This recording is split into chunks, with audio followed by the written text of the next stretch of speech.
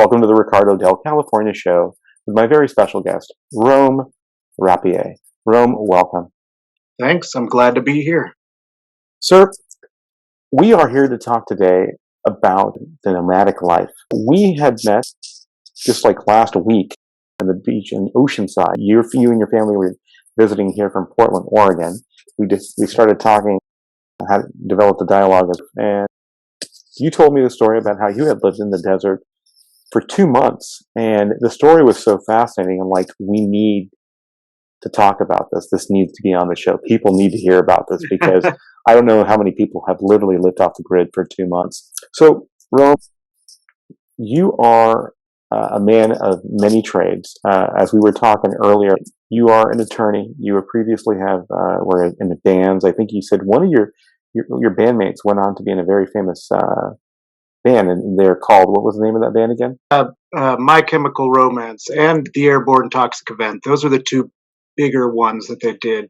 Wow. I mean, how many people get to play music, go back to law school, be an attorney, and then, go on this, if I may say, almost like a spiritual journey, a journey to self.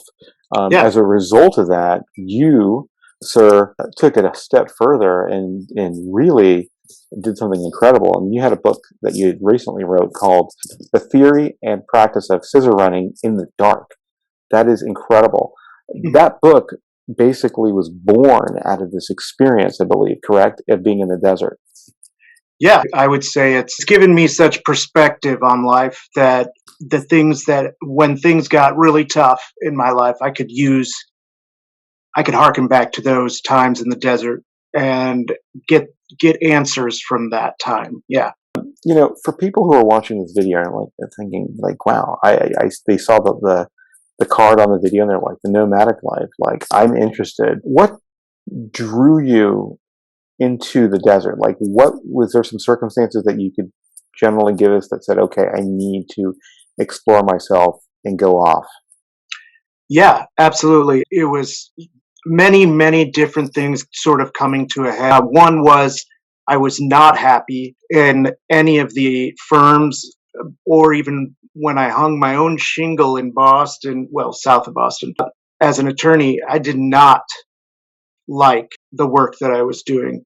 I felt overworked, and I felt like there was nothing rewarding. Like I kind of hoped that I would be doing something that helped the little guy or something. It never seemed to be that way. It always seemed to be very superficial, whatever I was doing. And it was just glorified paperwork stuff, like pushing paper most of the time. I wanted to be in court.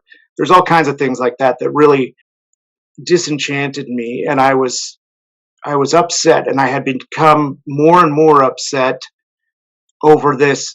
And just, leading up to this, there was a firm I was in that was specific. It was a niche firm for pharmaceutical law, and it was also a startup. And basically, it wasn't going well after about half a year, and the owner cut everybody and started again with a new idea. It was just like this type of stuff that was really, really weighing on me because I felt like I wasn't able to provide for my 4 kids, and that was super upsetting for one. And then there were just like, I just wasn't happy, and I knew I wasn't. I'd felt it before, and this wasn't it. And somebody suggested it the day after New Year's. Somebody suggested to do this, and what's weird is most people prepare for something like this. Absolutely. But I didn't. I just went the next day. And they said, don't worry, you'll be all right. We'll make sure you are. You're not going to die out there, but it's going to be hard. And it was definitely hard.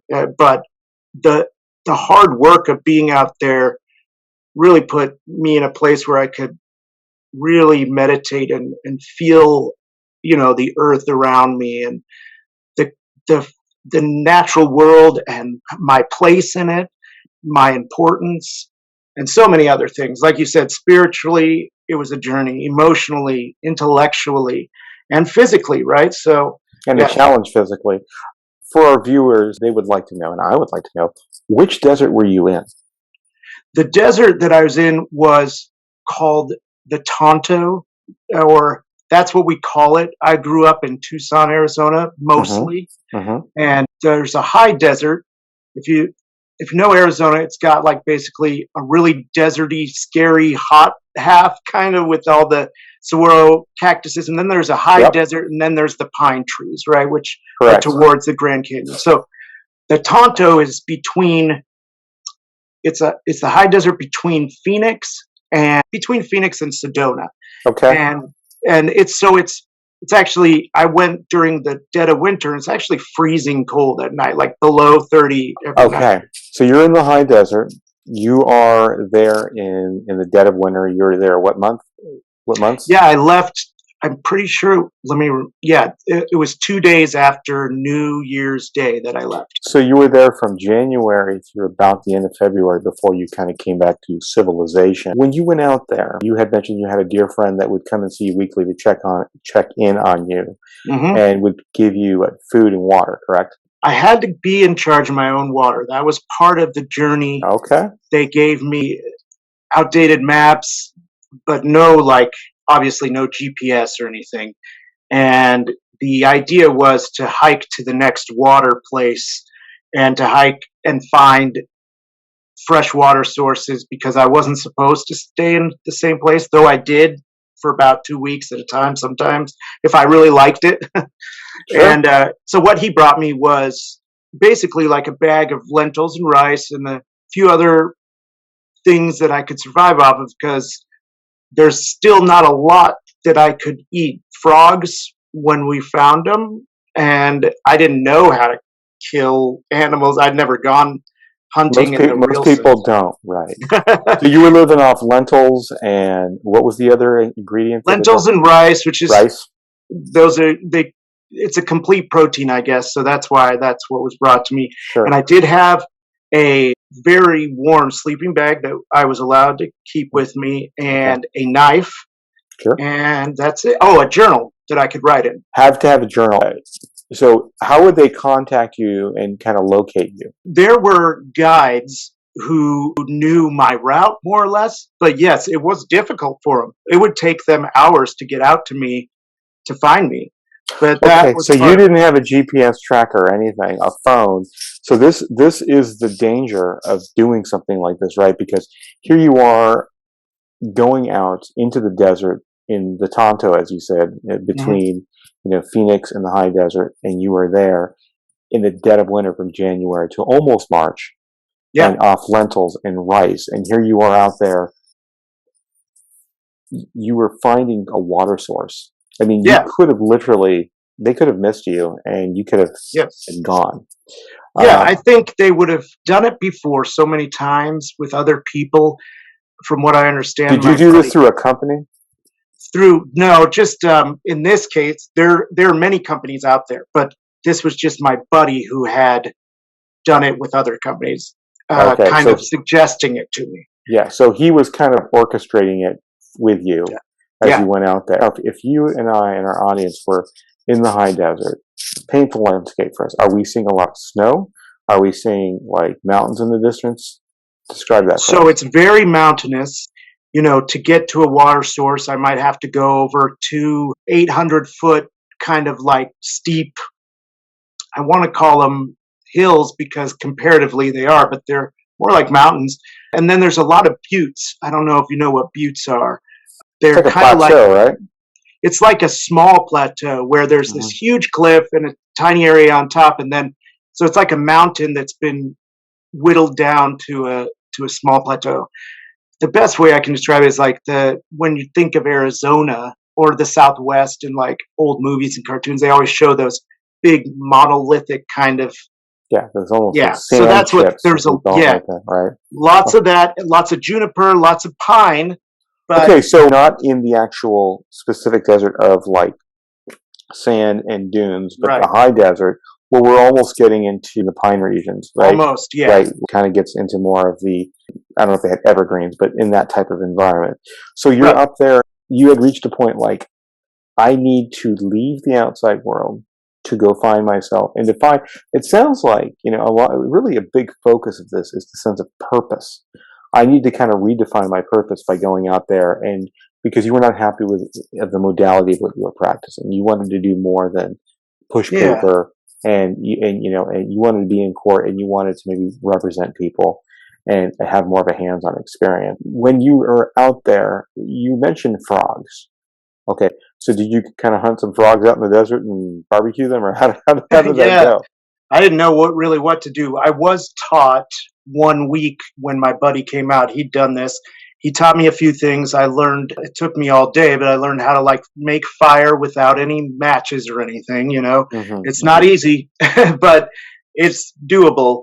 And he taught me like, oh, if you get a frog or something, here's what you can eat off the frog. And so yeah, I would build a fire and find. While I was out there, actually, I dug up an old iron. It looks like an iron pan that was in the desert. So Is that right? it's like a miracle. But Yes, and it I kept was. it with me, even though it was super heavy. And I gave it to my buddy later on, and he took it back. But it was pretty amazing because it made things quite a bit easier if I wanted to cook anything for Right, sure. you'd have to like somehow Yeah. rig a way of kind of like not a spick, if you will, but something to where you would hang So yeah, and barbecue. I don't believe I've eaten frogs, but I'm going to go take a guess that it perhaps tastes a little bit like chicken, or am I off? that I wasn't. I couldn't really do it. I admit that I gave my best try, and I wanted to be someone who could do that, or like, if I had chickens at home or something, cut the head off a chicken and serve it to my kids or Sure. whatever. It's really hard for me. I get really sensitive to it. It's weird, and so No, I but you have just a heart didn't for go. animals, so basically you didn't partake of the frog. I tasted it and I didn't like it, and the whole experience made me think to myself, you know what? I'm gonna just stick to lentils and rice for now Right, because and did you? And that was pretty much your staple diet until the end of the 2 months. pretty much I did lose like 45 pounds, I think. Wow, and I see. I would imagine that you would, right? Yeah, Uh, yeah. you I know, think everybody would probably.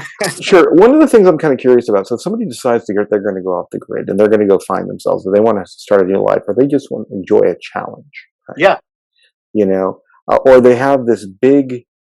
They're taking a step into a completely different step of life where they want to be alone and come back and be revitalized, right? I kind of look at this a little bit, whether it's in mythology or in history, a little bit about the hero's journey. Like they have to go through that wilderness experience to yeah. come back. We kind of see this in the movie 300, where Oh yeah, if they're going to be the warrior, they have to go out to the forest, and there's that one epic part where the young boy becomes a man when he hunts the wolf, right? And he comes back and yeah, he's ready to be one of these incredible Grecian warriors. There's also other stories of, even biblically, of Moses going into the desert and God giving him a direction to help rescue the Hebrews and free them from Egypt. Even the story of Christ going into the desert for 40 days before he proclaimed the gospel. So there's so many different, either it's biblical or whether it's mythological or even in modern history, like yourself, going out there into this spiritual nature experience that is profound. It's really interesting. I believe, if I'm correct, Matthew McConaughey, before he wrote his book Green Lights, he had gone in the desert to write. hmm. And like you, like Matthew, you went out there and a book came out of this with all of your insights that you had. Hmm. If I didn't know that. That's awesome. Yeah, if somebody was wanted to consider your book in a nutshell, how would you describe it for them? I would describe it as meditations on philosophy, love, poetry, and just living life and seeing the purpose in it. And Oh, those that's deep.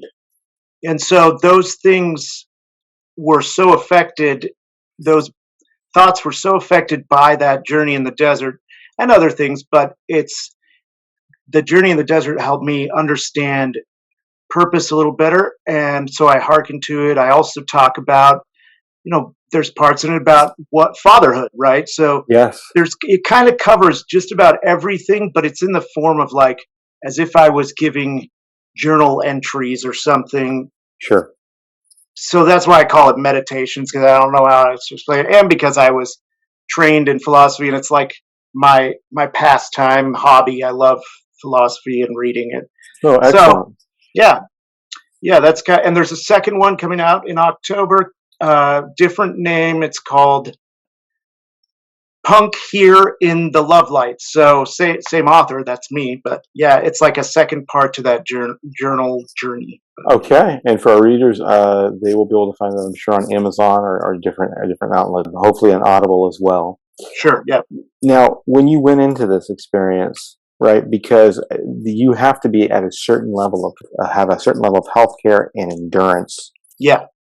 Yeah. and That's right. tenacity to go out there, right? Endurance, Absolutely. tenacity, and being able to be physically able to do it. This is what did you do any kind of training before this?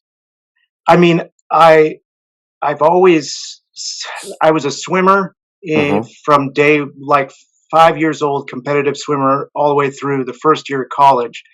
It was year round and everything. So I want to say that I kept up at least some of my training since that point, running and other things to where I I don't think I was like horribly out of shape, but I would have loved to be a lot more in shape. It would have made it a little bit easier at least. Being someone who tries to stick to a routine of getting up and running and doing sit-ups and push-ups, getting to the gym. I did not, once I was out there, I did not feel quite in shape enough for the journey. But, that quickly changed because, you're forced to be in shape almost. I went out there also to purge my body of everything, anything that was normal to have in it. I wanted Yes. to purge it from sugar, from caffeine, from anything. So that was part of it too. So I can't say I went out there in top health, but I also could see others who are in poor health. I would not suggest it. I would Right. wait until you get Right. because there was a time that I did think I was done for searching for water and not finding it. I thought this was the end, and I did finally find it in the dark, which is impossible sometimes out there because it's so dark. Was it a puddle? Was it a lake? Was it a stream? The stream was supposed to be there. It was dried up. So, like I said, these are outdated maps. It had dried up some time ago, but I was looking for even puddles. Finally, there was actually and this is going to be funny, but there was a cow tank. Do you know what those are? I do. I'm not familiar with the cow tank. Educated. or they call them different things, but it's basically there's these big vast areas with nobody in them. There are still some like horses that are uh, wild, and there's also cattle that roams through there. Um, Wow. so they put out these tanks of water for the cattle. Oh, okay. I mean, was it basically like a trough for them? Was it basic rainwater?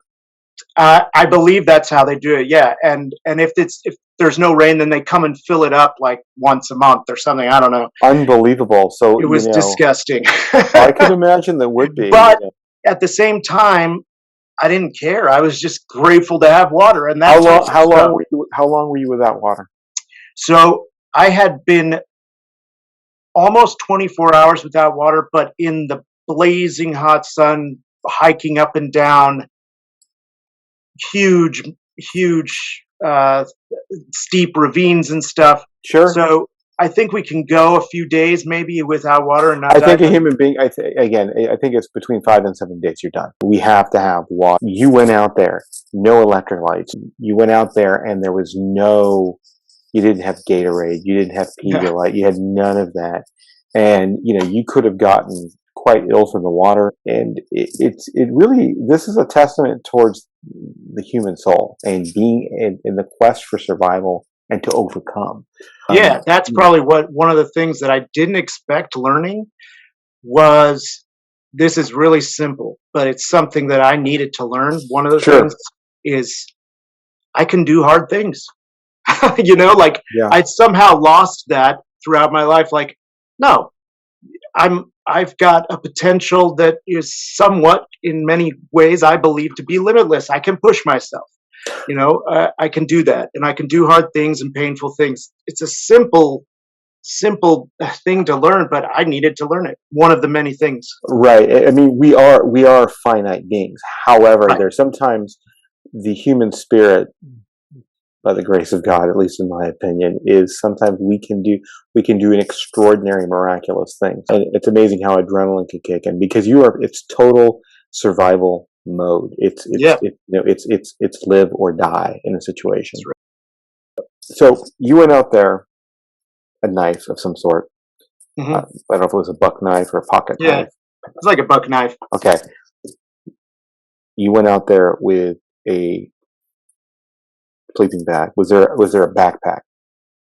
I was shown how to, like, real quickly shown how to turn my sleeping bag into the backpack that's on me, and it would hold within it, if I still had some of those lentils and rice, like a bag of it, hold it within it, keep it dry, I guess, and my knife in there if I didn't want it by my side. And I'm missing some. Oh, we didn't talk about this. I did Mm. have a refillable canteen, so Okay. that's when I got water, I could fill it up Yeah, at least. absolutely, absolutely. Your story harkens to another movie that when it was called The Way Back, and it was with Jim Sturgis, and it was with Ed Harris and Stanley Tucci, I believe. It came out in '08, '09.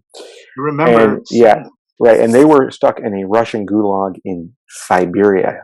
Jim Sturgis plays a Polish soldier who was an enemy of the state, and basically the Russians thought he was a spy and made his wife tell lies. And it was during World War II, and they escaped from this Russian gulag camp in Siberia and went all the way through Mongolia, right through the Gobi, Yeah, through that's into India, and then at the end of the movie, when he's in his like 70s or maybe early 80s, he comes back to Poland after the Curtain falls, and they depict as best as I think any movie could that survival skills. I mean, they're like eating snakes, they're finding mud puddles, and yeah. and a straggler was a young lady played by a lovely actress. I can't think of her name, but she goes in there with them. She joins them as they're leaving Russia, and she dies in the Gobi out of complete dehydration. They did find a well.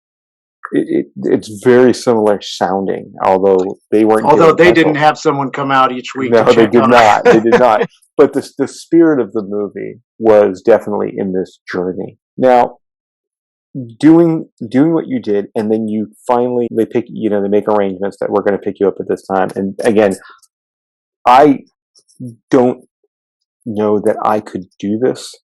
If I had a GPS tracker, I would feel safe because, again, they could keep swarming an area and not find you.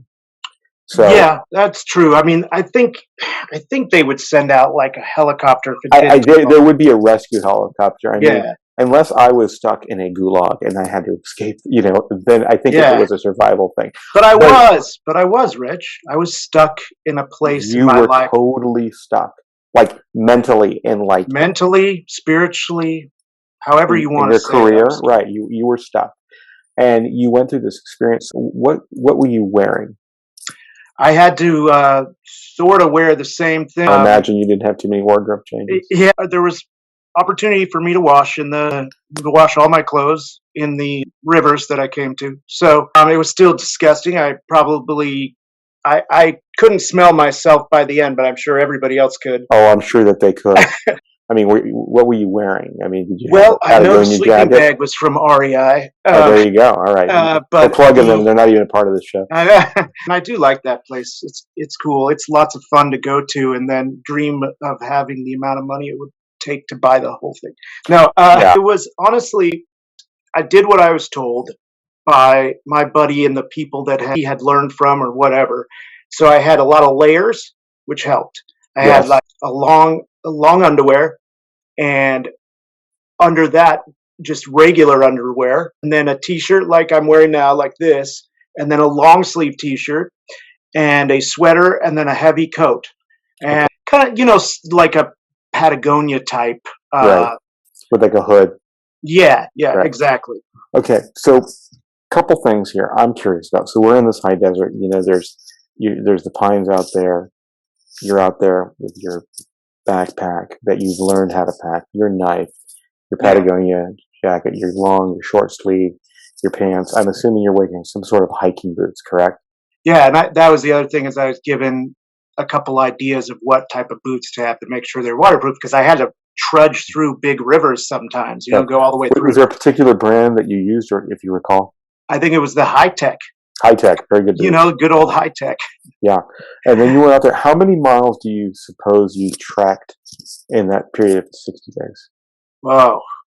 I should have added that up, but to give you an idea, I usually did about 10 to 15 miles a day up and down these big mountain-ish places. Yeah, up the buttes and up to these Yep. ravines and then going into these valleys. And hmm one of the things that I'm thinking about is the amount of calories that you're burning versus the actual intake. Intake, You know, when they're giving you lentils and rice, like, are we talking about a couple of pounds here of rice and lentils? Well, that's two things that are happening. I didn't want to be given too much because it's heavy to carry, Yeah. and I'm already carrying enough. But yet they only came once a week, or he only came once a week, so they rationed it for me basically how much I should eat each day. I usually was done with the lentils and rice, with 2 days still left before they came, usually, because I'd be so hungry. So you're saying you were 48 hours without food by the time they showed up? Yeah, usually. And Oh my gosh. it wasn't, at first, it was definitely weird and tough, but actually, those 2 days that I averaged that I wouldn't be with any food, it didn't seem as awful as I could imagine I it think be. the body adjusts because you are on the rationing mode, right? The Yeah, stomach does expand. So, and if you know psychologically, there's this connection with the body and the mind that's like, I know that I need to make it, and I'm going to have to just that's you right. know endure. I think Yeah, is one of the that's right. things. Endurance part of it's big, and again, it's the I can do hard things kept coming up to me like, Sure. why is this simple thing? But I needed to start almost like the philosopher Descartes, right?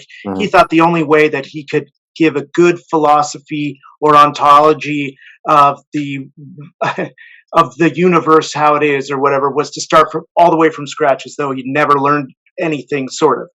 And so, Going back to square one. yeah, What about the fauna? Let's talk about the animals. Okay, you did see some yeah, frogs. What did we see? Any cattle? Did we see any boars? Did we see any horses? What did you see out yep. there? I saw a lot, for sure. I heard every night. I heard mountain lions. And if you've ever heard of mountain lion, it's a creepy sound, man. It sounds like a woman dying, like somewhere. That's not pleasant at night in the middle of No, nowhere. no, it's almost like, and I only say woman because it sounds like a grown woman screaming in bloody murder, like they're dying. Yeah. It's super scary. Now, was the animal in heat, or it was just the howl of the That's animal? when it howls for food, I believe, when it's Wow. found food or something. I don't Right, know. and it could have been you, but thank God it was Yeah, not. Okay, it so wasn't. did you? So you saw mountain lions? I never saw them, which is Heard good. them, but even I think hearing them in the middle of the night and not seeing them makes it more scary. Yeah, it might have Yeah. been. It's like that movie with Val Kilmer and Michael Douglas where they're hunting these lions in Africa, right? Oh yeah, yeah, yeah. Right, I love that movie. So in that film, they don't show the lion; they just show clips of it Yeah, because it's more ominous. It's more dark, right? yeah. It's more scary when you hear When things. you don't know. What animals did you see? So yeah, definitely cattle here and there. Maybe every week I might see from far off cattle, and a lot of times that would tell me kind of where to go for water, Right, to a water source. but not always. So it was difficult to decide. But I think the one that threw me off the most, the animal, was there's a few like wild horses out there, and one day I woke up to like a big mare just breathing over me. Is there a picture of this that you have? Oh no, because I couldn't have any cameras. That's right. That's the hard part, right? Okay, so perhaps Mustangs. I'm not sure, but you saw some wild horses. Some sort of wild horse. Right. Heard the mountain lions at night. Saw the frogs and the cats. So as we're wrapping up, we just got a few more minutes here. I wanted to say this has been an incredible conversation, And I'm so glad we met by happenstance at the beach, right? In Oceanside, of all places, right? You're from You picked us out of a big crowd. I was very impressed about that. It usually takes people a while. Well, it was interesting because I love people, and we were talking as the kids were in the surf, and then and then I don't know how we're talking about what we do for the day jobs, and then it went into this, and which has led to an incredible conversation, sir. And we'll definitely be in touch. But I think for people who really want to do this, once again, this is something that needs to be carefully thought about, planned out. Absolutely. And if somebody was going to do this, I mean, at least in my recommendation, I would have cellular communication or a satellite phone or some sort of tracker. If they're or someone with you that maybe has that, so you don't have to worry about it. Sure. Maybe. Right. Yeah, I would agree. And bring supplies with yourself. But you literally were living on the edge, and had they not found you, it would have been a different story. But I think that living the nomadic life is something that I don't think is for everybody, but for those who to go down the road less traveled, so to speak, it could be one of the most incredible epiphanies of their life. Sure. And I think these are the stories that inspire people, even just by reading or even listening to this, however many years later that people find this video, that no matter what hardships you can go through, you can still do the hero's journey, whether you go into a desert or not. But when you go in, we dig deep into ourselves and we work and develop the coping skills to get through it and the supports. That's the journey, man. And that's what makes the world incredible. Rob, thank you so much for being on the Ricardo Del California show. It was an amazing conversation today, and I want to wish you all the best. So, and thank you again, everybody, for watching the Ricardo Del California show, and we'll see you real soon. All right, man. Everybody. See ya.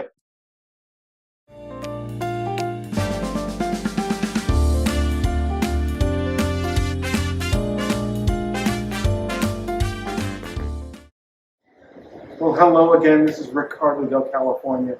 Thank you so much for watching my show. It means so much to me. If you like what you saw today, please subscribe, and I'll see you real soon.